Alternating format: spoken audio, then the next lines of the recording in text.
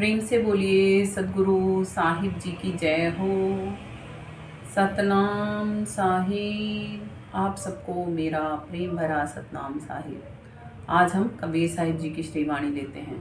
वे अपनी श्रीवाणी के माध्यम से हमें समझाते हुए कहते हैं कि अगत में मत ना बोवे सूल, अगत में मत ना बोवे सूल, यो मत जान हिसाब नहीं है, यो मत जान हिसाब नहीं है, लेखा ब्याज और मूल, अगत में मत ना बोवे सूल, अगत में मत ना बोवे सूल।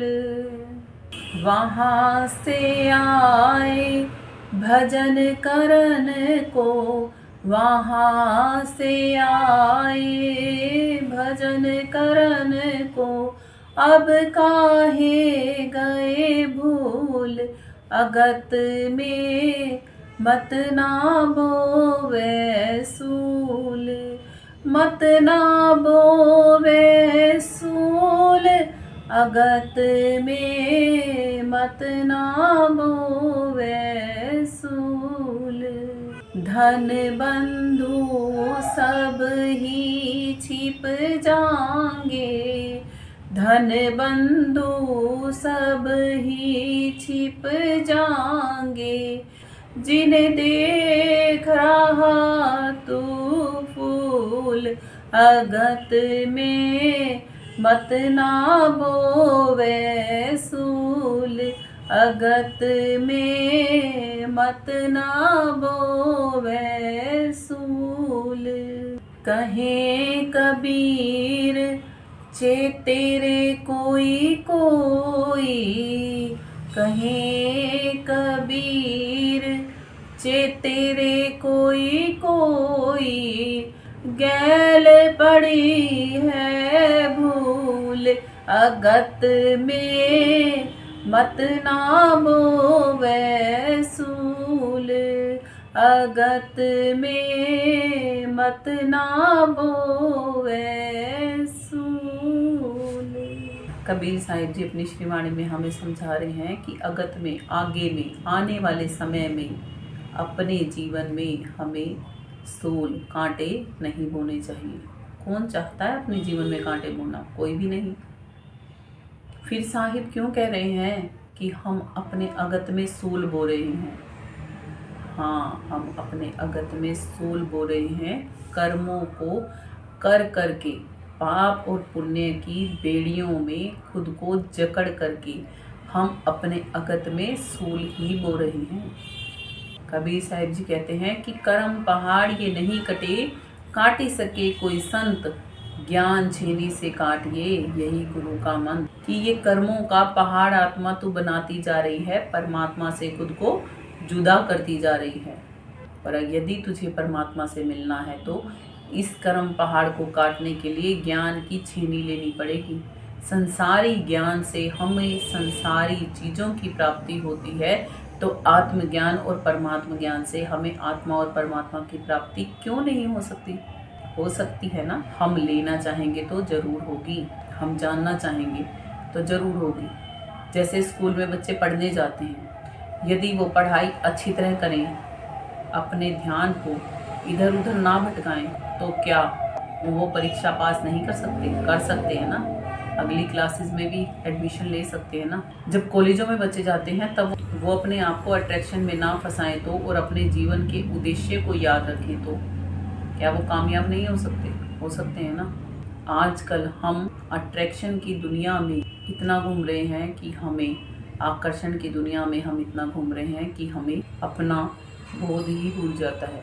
हम भूल जाते हैं कि हमें हमारे माँ बाप ने हमसे दूर क्यों भेजा है, और जाने कैसी अजीबोगरीब संगति में फंस के अपना अहित कर बैठते हैं अनजाने में ही। जिसे हम मजा सोच रहे होते हैं वही हमारे लिए सजा बन जाती है। यही बात कबीर साहिब जी समझाते हैं।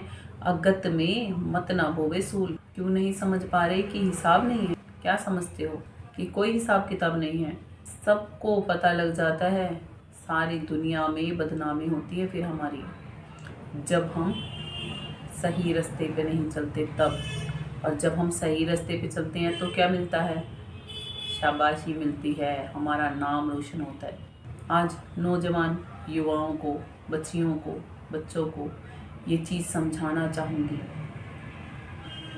जीवन की जिस पड़ाव में आप सब हैं, अपने ऊपर इतना ध्यान दीजिए कि हमारे जीवन का मेन उद्देश्य क्या है।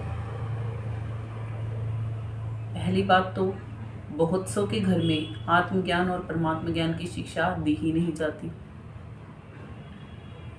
क्योंकि हमारे माता पिता को भी नहीं पता होता कि आत्मज्ञान और परमात्मा ज्ञान पाया कैसे जाता है।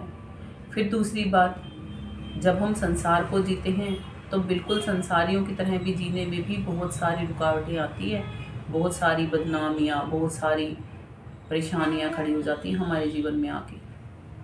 वो कब होती हैं? जब हम अपने असली टारगेट को भूल जाते हैं। हमारे माता पिता ने हमें संसारिक शिक्षा सीखने के लिए स्कूल कॉलेजों में किस लिए भेजा था? ताकि हम संसार का भौतिक ज्ञान एकत्रित कर पाएँ, ना कि हम लड़का लड़की की तरफ और लड़की लड़के की तरफ अट्रैक्टिव होके कुछ गलत कार्य कर जाएं। आज दुनिया में इतना सब कुछ घट रहा है, हम अपने बच्चों को कुछ भी शिक्षा देने से भी डरते हैं। क्यों नहीं हम अपने बच्चों को ज्ञान दे पाते तन का भी? फिर मनमर्जियाँ चलती हैं और आत्मज्ञान तो कभी हमने दिया ही नहीं। क्यों नहीं दिया? क्योंकि हमारे पास भी नहीं था। अब ये युवाओं की जिम्मेवारी बनती है कि वो खुद भी आत्मज्ञानी और परमात्म ज्ञानी बने और अपने पेरेंट्स को भी आत्मज्ञानी और परमात्म ज्ञानी बना दें। कर पाओगे क्या ये कोशिश? सीख पाओगे क्या ये नुक्ता? जब ये नुक्ता सीख जाते हैं तब ये नहीं है कि हम संसार जी नहीं पाते, बस हम अट्रैक्शन में नहीं फंसते, हम प्रेम सीख जाते हैं। हीर रांझा जैसा प्रेम, लैला मजनू जैसा प्रेम, आत्मिक प्रेम सीख जाते हैं हम। वो एक दूसरे की केयर करते थे, ना कि एक दूसरे के जिस्मों पे मरते थे। केयर करना, प्यार करना परमात्मा का स्वरूप होता है। कहते हैं ना हम, love is God, God is love. जब एक दूसरे को किसी को हम आई लव यू बोलते हैं तो उसमें क्या है कि मैं, हमारे बीच में परमात्मा और तुम, हम दोनों मिलके प्रेम से आराधना करेंगे किसकी? परमात्मा की। और हमने इसी को ही क्या बना दिया है? केवल जिस्मानी संबंध का सिस्टम समझ लिया है। नहीं जी, आई लव यू में तो बहुत बड़ी शक्ति है। जिसमें परमात्मा आ जाए उसमें शक्ति नहीं होगी, मगर हमने आई लव यू को कुछ और ही बना दिया है। आज का ये सत्संग जितने सुनेंगे उन्हें समझ में आएगा कि हम आई लव यू का मतलब केवल जो सेक्सुअल निकालते हैं उसको ना निकालें। आई लव यू में अगला, सामने वाला, ये ज़रूरी नहीं कि कोई गर्लफ्रेंड या बॉयफ्रेंड ही हो। माँ भी होती है, पिता भी होता है, क्या हम उनसे प्यार नहीं करते? बहन भी होती है, हम उससे भी प्यार करते हैं। भाई भी होता है, हम उससे भी प्यार करते हैं। क्या हम प्यार नहीं करते? अपने भतीजा भतीजी, भांजे भांजी, बहनें, क्या हम उनसे प्यार नहीं करते? जिसमें परमात्मा बसता हो वो गंदी चीज हो सकती है क्या? तो गंदगी के साथ परमात्मा को क्यों जोड़ के देखते हो? अगर मेरी ये बातें आपको दुनिया में किसी को भी बुरी लगी तो मैं क्षमा चाहूंगी। क्यों नहीं हम समझते प्यार की परिभाषा को? हम स्वार्थों में जीते हैं, आकर्षण में जीते हैं। कब स्वार्थ और आकर्षण में जीना बंद करेंगे? कब जगेंगे हम? क्यों हम अपने अगत में सूल बो रहे हैं? साहिब पूछ रहे हैं आप सबसे, क्यों अगत में सूल बो रहे हो और मना कर रहे हैं? अगत में मत ना बोवे सूल। क्योंकि कर्मों के बंधनों से कोई नहीं बच सकता। जो भी हम कर्म कर रहे हैं उसका प्रतिफल हमें मिले ही मिले। कर्मों का फल ना मिले ऐसा तो हो ही नहीं सकता, क्योंकि तुलसी साहिब जी ने बताया है कि कर्म प्रधान विश्व रचि राखा, जो जस कर्म कर तस फल चाखा। कि इस दुनिया को बनाने से पहले ही कर्म का विधान, संविधान यहाँ पे लागू कर दिया गया था कि जो जैसे कर्म करेगा उसे वैसे ही फल मिलेंगे।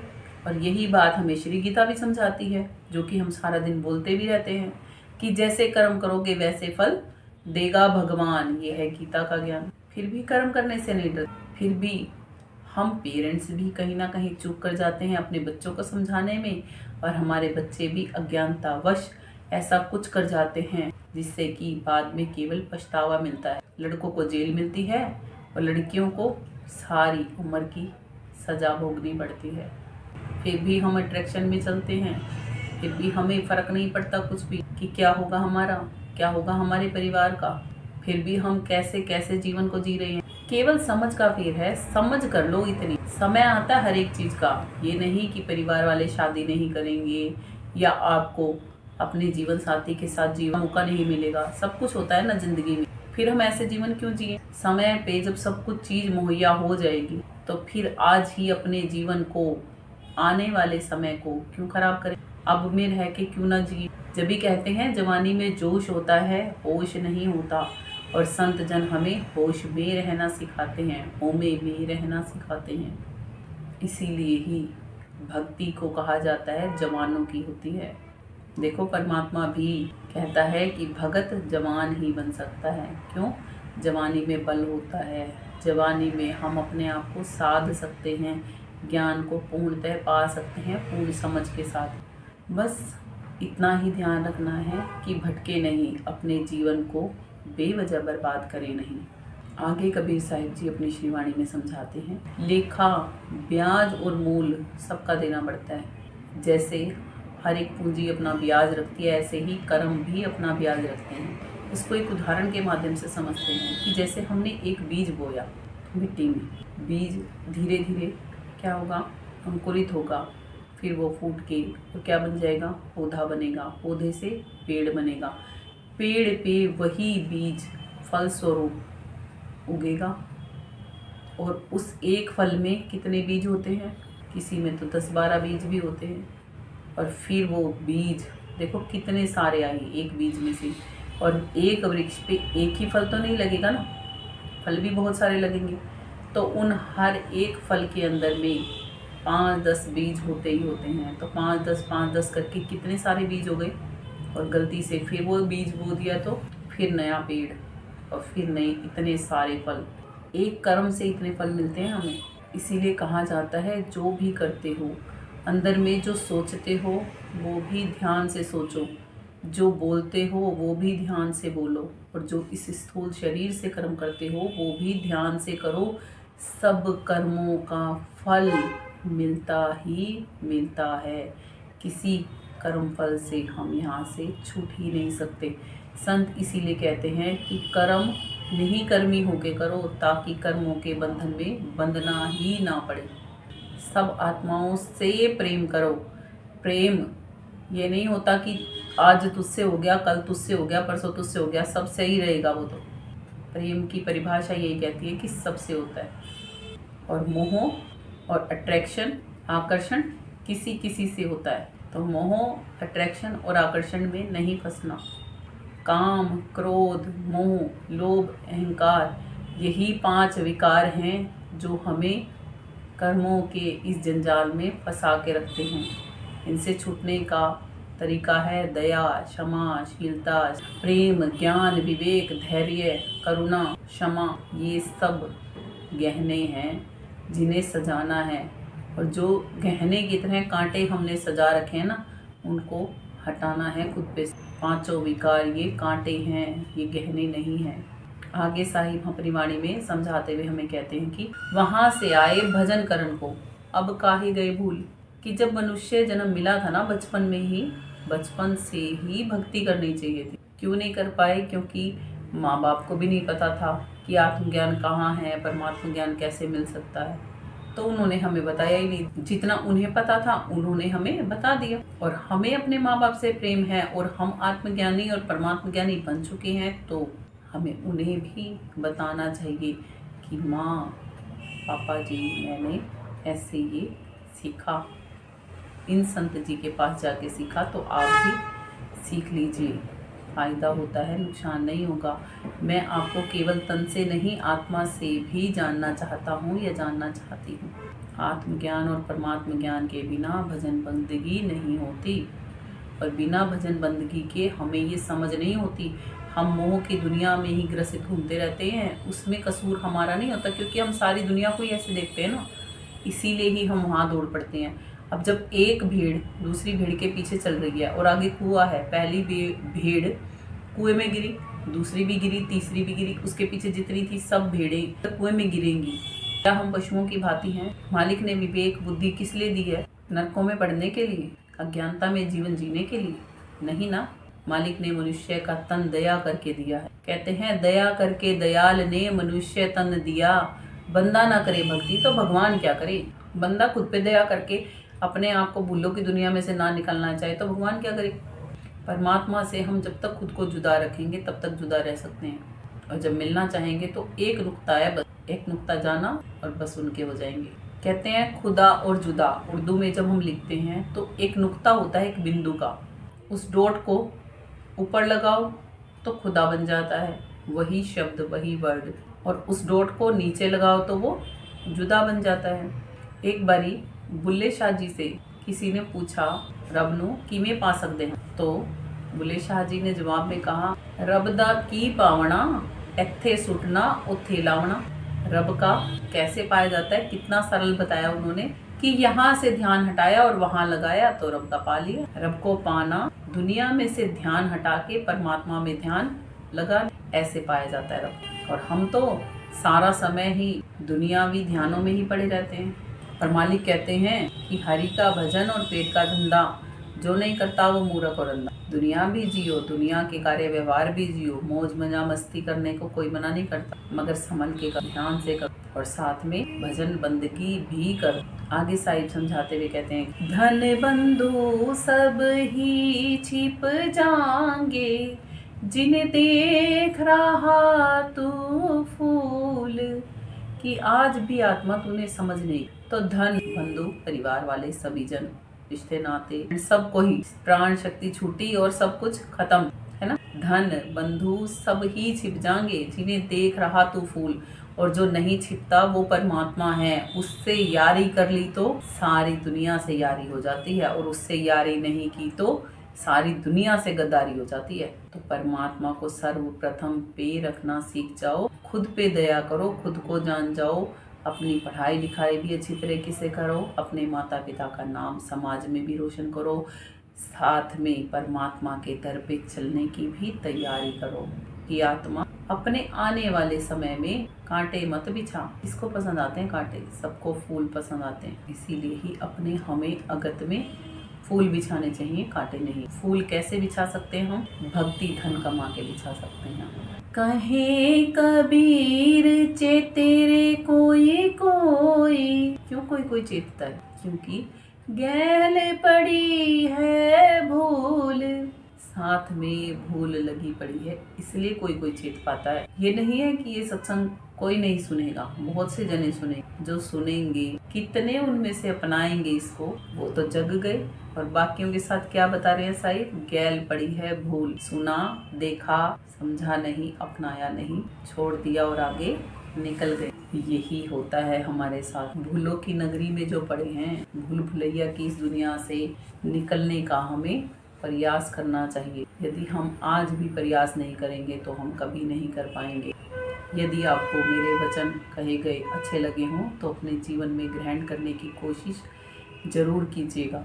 और कुछ जाने अनजाने बच्चों को, बड़ों को, बूढ़ों को, किसी भी आत्मा को बुरा लग गया हो कुछ, तो मुझे छोटा समझ के क्षमा करना। प्रेम से बोलिए सद्गुरु साहिब जी की जय हो। सतनाम साहिब। आप सबको मेरा प्रेम भरा सतनाम साहिब।